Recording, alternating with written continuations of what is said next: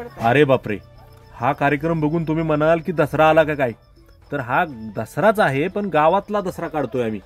अहो आजपर्यंत मंदिरं एवढी झाली आहेत की दुसरं पंढरपूरच क्षेत्र आहे की काय आडेगावमध्ये असं वाटायला लागले.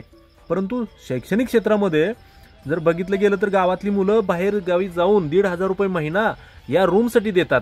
ही म्हणजे आहे अभ्यासिका बनवतोय आम्ही. तरुणांचा संकल्प आमचा आहे. आणि गावामध्ये एवढीच सुविधा नव्हती, त्याच्यामुळे महादेव लोकरे यांनी पुण्यातली लायब्ररी बघायला बोलवलं आणि त्या लायब्ररीमध्ये जशा पद्धतीने ठेवण केलेली आहे, जशी पद्धतीची व्यवस्था केलेली आहे, तशा पद्धतीची आपल्याही गावामध्ये करा तुम्ही. तुमचा संकल्प चांगला आहे अशा पद्धतीचं प्रोत्साहन त्या व्यक्तीने दिलं. कारण की त्या व्यक्तीला जाणीव आहे आपण किती गरिबीतून शिकलोय. कोणाच्याही सपोर्ट शिवाय त्या ठिकाणी तो व्यक्ती गावापासून घरापासून बहुतेक कित्येक वर्ष त्यांनी बाहेर काढली. कोरोनासारख्या महाभयानक काळामध्ये कोणीही घरून रुपया न पाठवता तो व्यक्ती त्या ठिकाणी स्वतःच्या हिमतीवर त्या ठिकाणी तशा काळातही राहिला आणि आपलं यश मिळवलं आणि वर्दी कमवली. आणि या ज्या पाट्या दिसत आहेत त्या पाट्या आम्ही आमच्या गावातल्या लायब्ररीत टाकाव्या अशा महादेवचं म्हणणं होतं. हा बघा, मोबाईल दूर ठेवा, वाचाल तर वाचाल, अशा पद्धतीच्या पाट्या. आणि तिथून पुढे झालं की आम्ही महादेवनी आमची सोय त्या ठिकाणी त्याच्या रूममध्ये केली झोपण्याची.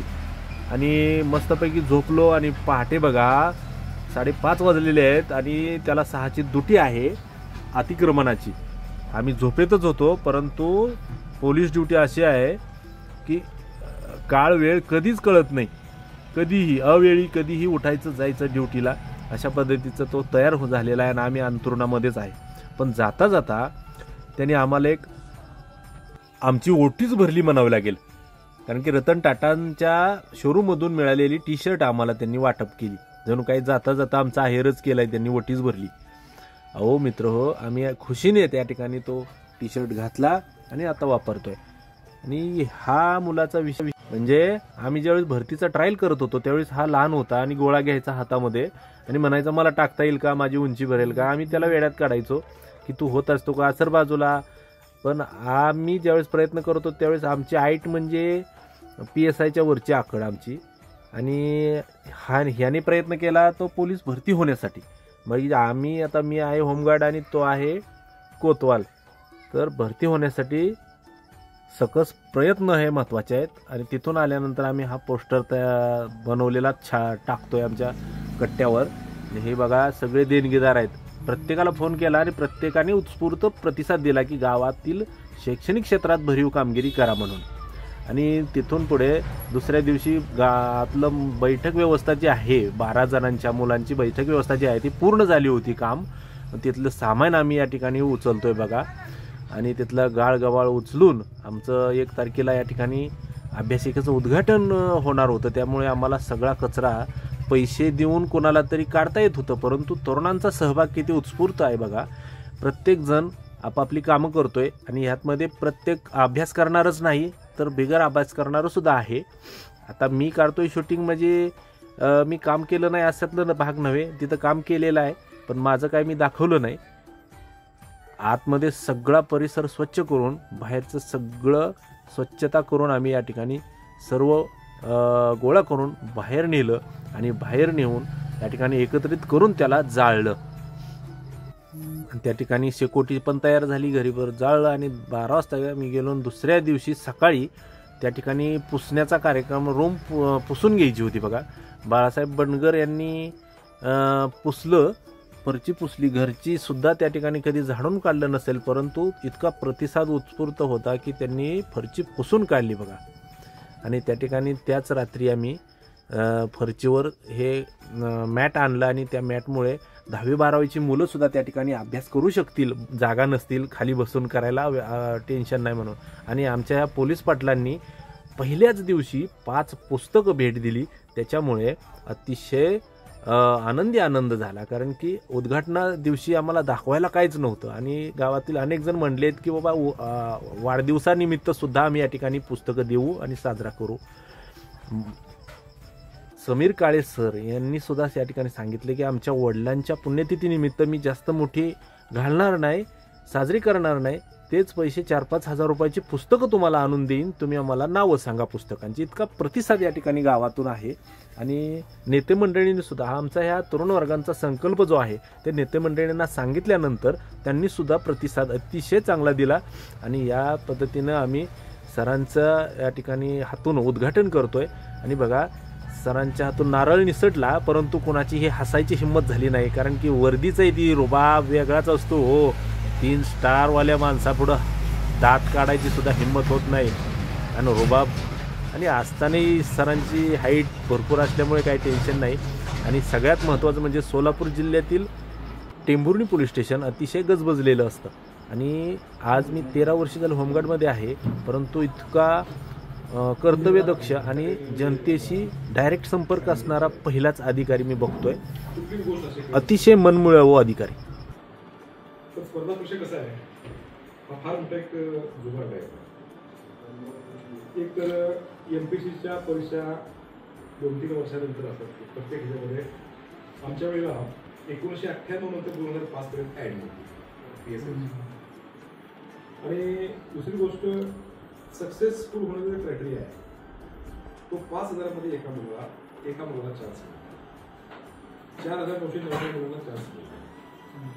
स्पर्धा परीक्षेचा अभ्यास करताना एक ठराविक टाइम लिमिट ते ठरवणं आवश्यक आहे. 5 ते 6 वर्ष.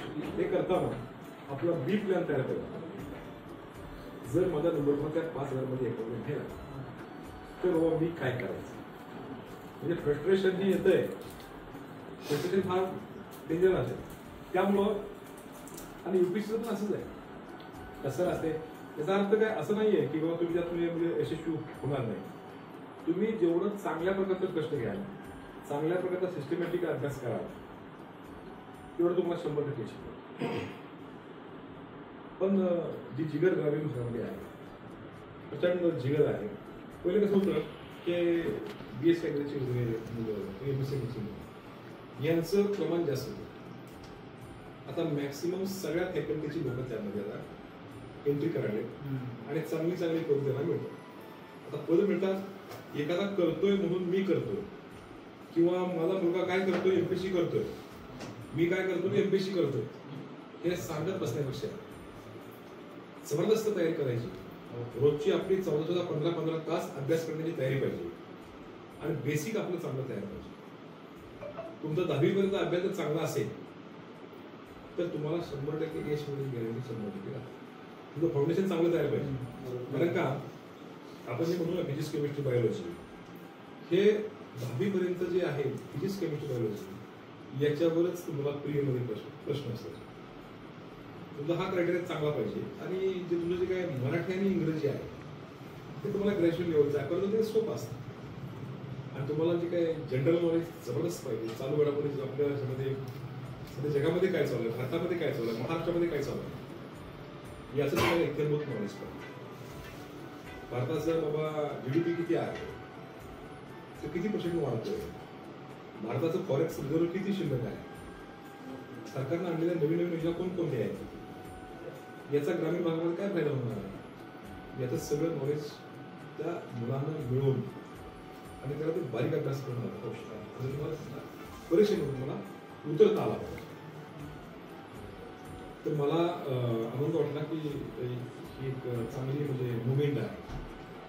तर तुमच्या गावातील मॅक्सिमम मुलं PSI, DYSP, IPS, त्याचप्रमाणे तहसीलदार, उपजिल्हाधिकारी, कलेक्टर या रँकला जाऊ आणि तुमच्या गावचं, तुमच्या गावातील मुलांनी यांनी एक उज्ज्वल नाव करून गावचा नावलौकिक वाढवावा. ज्याप्रमाणे तुम्ही आता हे बघितलं उपळवटे, कुठं ते हे एकाच गावाचे IAS अधिकारी आहे, इतर IPS अधिकाऱ्याचं गाव होऊन जातं. कुठलीच गोष्ट अशक्य नसते, परंतु सिस्टमॅटिकली अभ्यास करणं आवश्यक आहे. कोचिंग, मार्गदर्शन घेणं आवश्यक आहे. तुम्हाला एखाद्या गावाला जायचं आहे, त्या गावाला 2-4 मार्ग असू शकतात, परंतु मग कुठला मार्ग जवळचा आहे आणि तो सिस्टमॅटिक कसं जायचं, कमी वेळामध्ये कमी श्रम घेऊन कसं आपण त्या गावामध्ये पोहोचू, याच अनुषंगाने तुम्ही अभ्यास करताना एखाद्या मार्गदर्शकाची तुम्हाला सोबत घेणं आवश्यक आहे.